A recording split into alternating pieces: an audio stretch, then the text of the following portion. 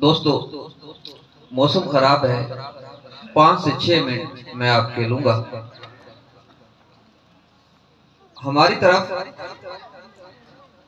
एक बच्चे को नालायक कहा जाता है।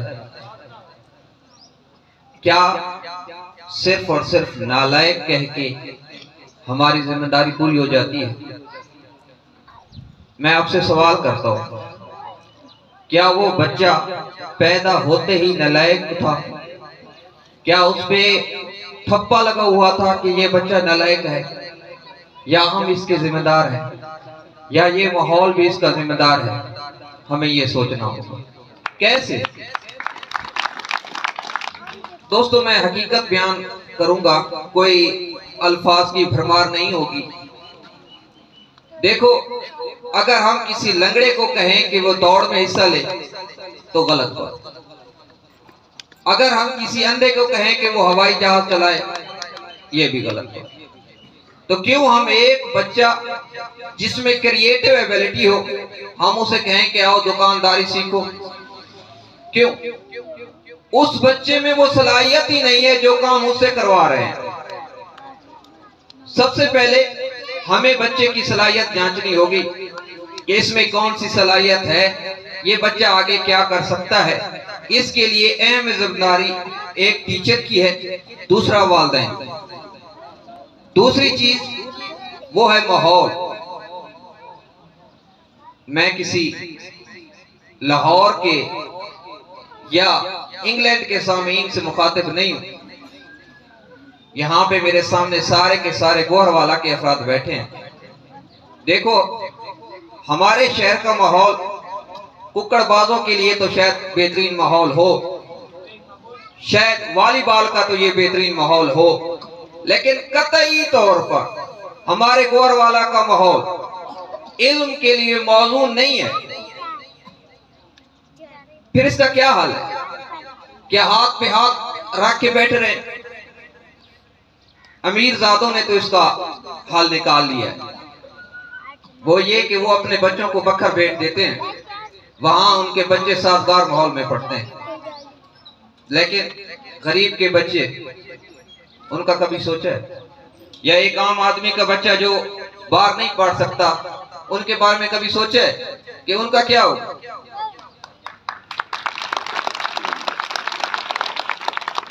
तो ऐसा माहौल बनाने के लिए मैंने स्टार्ट में कहा था कि मुझे असातिज़ा चाहिए, और असातिज़ा भी वो जो बाकिरदार।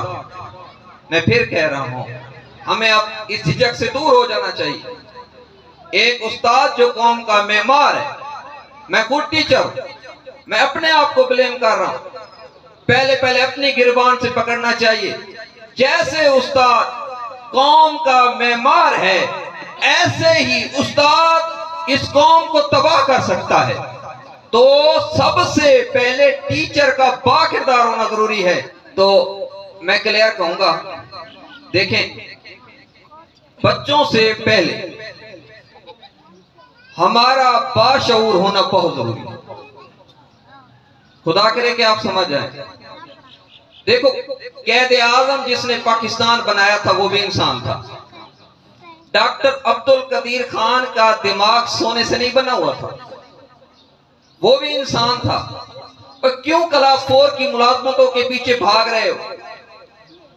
क्यों अपने बच्चे के अंदर लीडर की सलाहियतें पैदा नहीं करते? इसके लिए हमें बाशऊर होना पड़ेगा।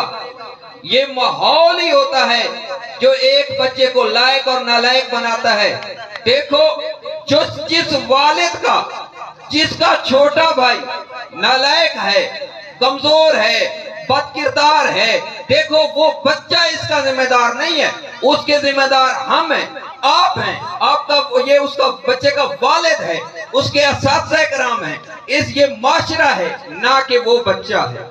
तो हमें ये जिम्मेदारी निभानी पड़ेगी, तभी ये हमारे बच्चे जो कि जिसको हमने मुलाजमत के लिए चुन लिया है, गुलाम दर गुलाम पैदा हो रहे हैं। अगरचे काफी अरसा हो गया हम आजाद हो चुके, लेकिन हमारा माइंडसेट अभी तक वही गुलामी का है। मैंने पिछली मर्तबा भी कहा था कि अफकार अलवी एक मुशायरे का जो पैसे लेता है उस अपनी क्रिएटिव एबिलिटी की वजह से वो हमारी 2 महीने की तनख्वाह बनती है।